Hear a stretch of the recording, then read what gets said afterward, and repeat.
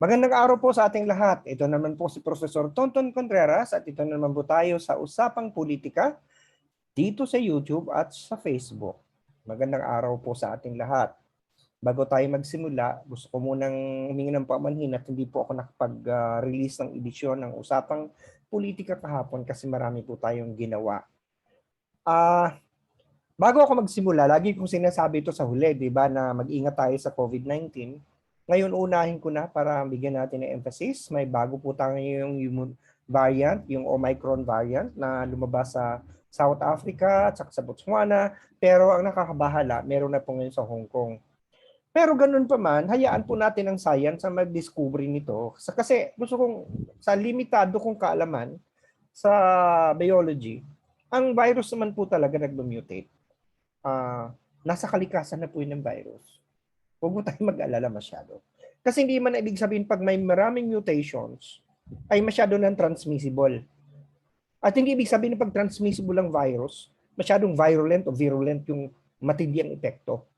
Or kaya, ano na to hindi na tumatalab ang bakuna dito.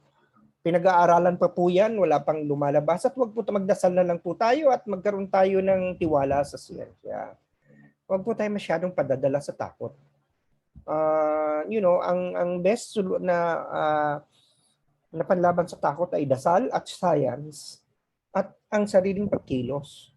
Kasi kahit naman dasal ka ng dasal, naniniwala ka sa science, pero hindi mo naman ginagawa, hindi ka nagpapabakuna, hindi ka nag-iingat, talaga namang malalapit ka niyan sa disgrasya at sa kapahamakan. Kaya pakiusap lang po, tayo po ay sumunod, tayo po ay mag-face mask kapag lumalabas, lalo na sa mga matataong lugar at kung pwedeng maiwasan, huwag na po tayo lumabas sa matataong lugar. Sumunod po tayo sa mga protocols at magpabakuna. Huwag po tayo maniniwala sa mga nagsasabi na ang bakuna ay mapanganib. Hindi po totoo yan. Napapatunayan na po yan ng science. At lahat naman po ng bagay-bagay may side effect. Kahit uminom ka ng biogesic, umiinom ka ng kung ano-anong iniinom mo, pag inuubo ka, yan ay may lagnat ka. May mga side effects lahat yan. At hindi naman po yun ilalabas kung ang malang scientific evidence. Okay. Yan po, inuna ko na yan para tayo ay ayos na. Ngayong araw na to, kung nakikita nyo sa background ko, pinag-uusapan natin dito ay media. Kasi ako po yung nababahala. Kasi may nilabas na survey ang Reuters na tiningnan nila kung ano yung mga credibility, yung mga trust, credibility ng mga media brands. At marami pong mga media natin katulad ng Rappler at Inquirer at ABS-CBN. Ang mababa ang level ng credibility. Kunyari ang Rappler, number 1, 29% ng mga Pilipino ang hindi naniniwala sa Rappler. Ang naniwala sa Rappler, less than 50% na, mga 46-45% lang yun based sa survey. So medyo nakakabahala yun. Kasi alam mo, pag news organization ka na, hindi ka na pinapaniwalaan ng tao. Ano pang silbi? Di ba kaya ka nga news Ngayon, bakit kaya nangyari yon? Specifically Rappler. Bago lahat, marami akong kaibigan sa Rappler. In fact, ang in charge ngayon ng kanilang regional news ay kaibigan ko. Ang tingin ko kaya nawawalan ng credibility ang isang news organization dahil may kinakampihan na siya. Alam mo, ang tao napaka-partisan. Kapag partisan ang tao, tapos partisan ang media, that is a recipe for disaster. Hindi natin maiwasan ng mga tao maging partisan. Pero sana ang media, mapanatili niya yung kanyang non-partisan status. Para siya yung gumagabay sa mga partisan na tao na tingnan ang lente sa kakaibang pananaw. Pero pag ikaw ay isa ng identified ka na sa iyong bias, then hindi ka na papanoorin ng tao, hindi na naniniwala sa iyo. Sa Amerika, for example, CNN and MSNBC have been identified by the conservatives as very, very anti-Trump. So hindi na nila pinapanood ang CNN. Ang tawag na nila mainstream liberal media. Ito na mga liberal, tinitingnan ng Fox News, is a very, very pro-Trump outlet na nag-bearer of fake news, di ba? Propagating racism and ethnic hate. So, hindi na rin nila pinapanood. So, pati yung mga media, nagkakaroon ng partisan leanings na dapat sana wala. Dahil media ito, dapat naglalabas ka ng news. Kung meron ka mang opinion, kaya may opinion branch ang mga media. Kasi ito yung mga tao na nadidistill ng news. But the news that is presented by the news organization is news as it is. It should be a factual, non-partisan reporting of events. Ang nangyayari po ngayon, hindi na ganon. Nagkaroon na ng fusion yung opinion pages o opinion makers ng isang new network sa news organization, sa news division. At nagkaroon na ng kulay ang media. Kaya siguro ang Rappler ay talagang ang pinakamadaming hindi naniniwala. Dahil ang Rappler naman ang nakikita na sobra ang bias. At ako mismo nakikita ko yan.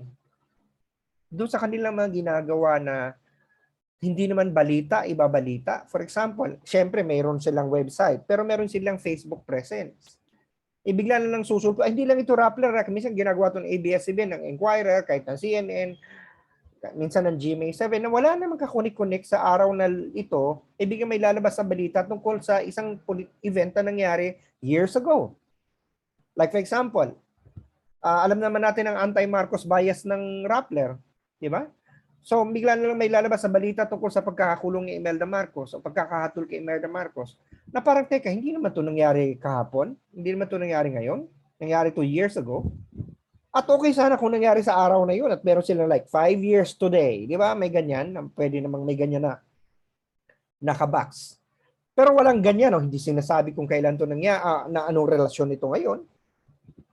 Ang sabi, dahil gusto lang mag-inform. But when you inform, news is expected to inform about the present, the current affairs. Kaya nga current affairs, kasalukuyang mga pangyayari. Hindi naman to history lesson. Hindi to history channel. At hindi documentary ang pinakita ninyo. Buti kung documentary, ay hindi eh. It is exactly the same news that appeared 10 years ago or 5 years ago that is derogatory to a particular personality you have a bias against. So, if that is what you do, then do you expect that you're going to have credibility? Of course not. At sa tingin ko, yun na sakit eh. Nakalulungkot sapagkat ang media dapat pagtiwalaan ng tao. Magpa-fact check ka.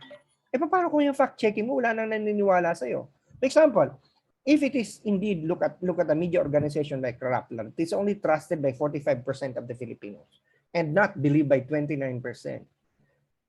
Then only 45%, these 45% are probably the ones that will be your audience when you fact check. But most of these 45% already believe in you, whatever you say.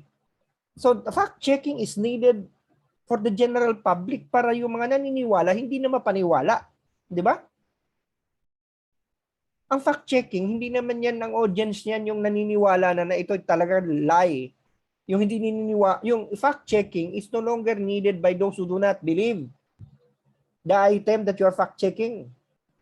It is needed by people who believe it but needs to be informed that it is not true. Paano kung yung mga tao hindi na naniniwala sa iyo? So what is the purpose of fact-checking? Sasayangin mo lang. Porke lang nakapag-fact-check ka. So ang nangyari tuloy, you now live in a bubble. You live in an echo chamber. You just give news to the people that are in your bubble. So in the end, Rappler becomes an enabler, one big anti-Marcos, anti-Duterte bubble. It reinforces the bias. So meron ng ganung klase ng wall. No wonder it is believed only by 45% of the population. And 29% do not believe it. May ginawa pa nga ang Rappler ngayon na natawa talaga ako. Sabi ko, ano ba naman to? Kasi may lumabas kasi na parang meme lang yata yun, whatever na. Nagsasabi na na-predict daw ni Nostradamus na si Marcos ay magiging presidente. Pag reasonable ka, hindi ka maniniwala dun. Unang-una, Nostradamus is a seer. You know, not many people believe in Nostradamus. I don't. Okay? It's part of mysticism. Di ba? But, or I take it with a grain of salt. Pati ba naman yung ganong claim na sinabi ni Nostradamus na si Marcos magiging presidente, if-fact check mo pa yun by saying that Nostradamus didn't say this? Parang, teka muna, di ba may kasabihan tayo kung anong tawag ba natin doon sa pumapatol sa siraulo? Di ba may kasabihan tayo doon? Fill in the blanks na lang kayo doon. Kasi ayoko makasakit ng damdamin. Ano bang tawag natin doon sa mga taong pumapatol sa sira ang ulo? Di ba? Parang, anyone who claims that Nostradamus said that Marcos will win is not credible. So why do you have to fact check it? Di ba? Parang, and besides, the people who are believing that Marcos will win, according to Nostradamus, are people who are not even believing you in the first place. Kasi sila yung mga hindi na naniniwala ng Rappler ay credible. So parang, it is really amazing how these things happen. But that is what happened to the media. Nakalulungkot. Kasi parang di ba dapat ang media should report events? That it is the cart that should be pulled by the horse. Ngayon baligtad na. It is now the cart that pulls the horse. That events are first created or enabled and people report about it.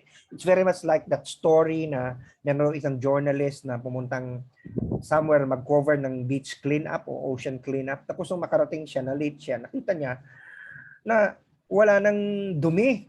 Nalinis na. Hindi siyang ginawa niya, magtapon muna kayo dyan ng mga dumi pa, kahit malinis yung dagat, para may makover siya. So if that is the case, that's an urban legend, hindi ko alam kung totoo yun, kaya ayokong banggitin yung personality. But you know, it's really interesting because that's what's happening because of the spectacle that news has become. That news has become a performance. It's a spectacle. Dati-rati, nagkasalita, mga talking heads lang katulad ko. Nag-report ng news, yung graphics sa likod, still walang live. Ngayon, importante yung live shot. Importante yung live reporting. At kung ito man ay may mga tugtog pa yan, may mga graphics pa yan, akala mo nanonood ka ng sine. Meron namang embedded journalists na nandun sila mismo sa scene of the crime. Diba? There is so much need to sensationalize because news has become an industry. There has to be revenues. There has to be advertisements. And there has to be ratings. And you could not rate if you're boring. People watch for excitement. Kaya yung mga balita tungkol sa krimen, tungkol sa pagbugan, sampalan, politikang bangayan, yun ang maganda. At if you say something that is yung intriguing, you know, kaya mas tendency mo maging intriguing yung news mo eh. Na parang instead of reporting about it, you create that. And it's something that is happening even in the US. Kitang-kita naman, for example, the way journalists talk about the Democrats losing the midterm election almost like it's a certainty because it's based on patterns. Na parang teka muna, parang hindi pa naman nangyayari, but parang kung mag-uusap itong mga journalists na to, parang it's as if the Democrats is going to lose. What if they don't? Di ba? Di nawalan lalo kayo ng credibility. Di ba? So yun yung point doon. Kasi nga, binase nila sa historical trend na yung party ng incumbent sitting yung president, which is Biden as a Democrat, usually lose seats. Eh, iba naman ang nangyayari, extraordinary nangyari ngayon sa Amerika. Nandiyan si Donald Trump, nandiyan yung January 6. You know, we don't know. Ang daming bago. So, kami sa political science, contextualize dapat ang analysis mo dyan. Hindi mo sinasabing may mga historical trends. Because things happen that might change the pattern. So, yun yung mga sinasabi namin. You know, final word ko lang. Kasi ayoko mag-exceed na nga ito ng 15 minutos kasi may mga nagagalit na lumalampas tayo ako ng 15 minutes. I think media companies like Rappler or ABS-CBN or Inquirer, Now, GMA7 is okay kasi mababa ang kanyang problem sa credibility. Parang 9% lang yung hindi naniniwala sa GMA7. Above 50% yung naniniwala sa kanya. But ang nakakabahala ang ABS-CBN, Inquirer, Rappler, these are people that are not believed by most, and perhaps because majority of the people are pro Marcos and pro Duterte. I'm not saying that they should koto the Duterte and Marcos line, but I think at the very least, they should present themselves as objective and non-partisan. Kasi kung yun ang pananaw sa iyo ng tao, ay hindi na ka na paniniwalaan. Lalo pa kung majority ng tao, kampi doon sa politiko na lagi mo na lang inaatake. We have to be balanced. May mga rules naman dyan sa journalism. Like in a news, particular news, you have to present both sides. Okay? You have to make sure that the other side gets to be covered. And if you could not cover it in that particular news, the next news must be about the person. I think mo na lang pagko-cover na lang ng mga candidacy. Di ba? Hindi man lamang kino-cover ang balita tungkol sa kampanya ni Calyode. Puro na lang yung mga major mga candidates. Kahit, parang sa akin, huwag kayo magpakita ng bias.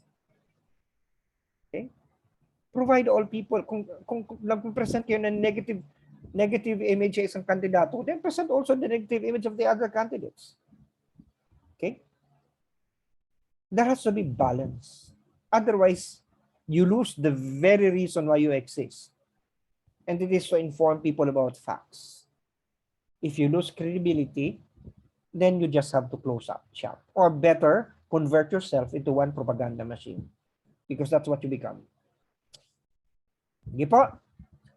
Sana po nakapagturo ko sa inyong kaisipan, na-applause ko inyong mga puso at nakapagbabago ko sa inyong mga pananaw, lalo na sa mga usaping politikal. Dahil sabi sa akin ng Lasal, teach minds, touch hearts, and transform lives. Sana po nakapagsilbi ako sa bayan dahil sabi sa akin ng UP, serve the people. Huwag niyo pong kalilimutan, nandiyan po yung button sa baba, mag-subscribe para makapili niyo ako. Hindi naman necessary araw-araw. Hindi ko nasasabing bukas uli. Ang sasabihin ko lang hanggang muli sa susunod nating pagtatagpo at pag-uusap at pagkikipagkwentuhan. Dito po sa Usapang Politika. So, ano ba yung huling sinasabi ko? Sasabihin ko na, pero bago muna yun, ingat po tayo uli. COVID-19. Okay. Huwag mong pasaway. UP naming mahal. Animo Lasal. Magandang araw po sa ating lahat. Ingat po tayo.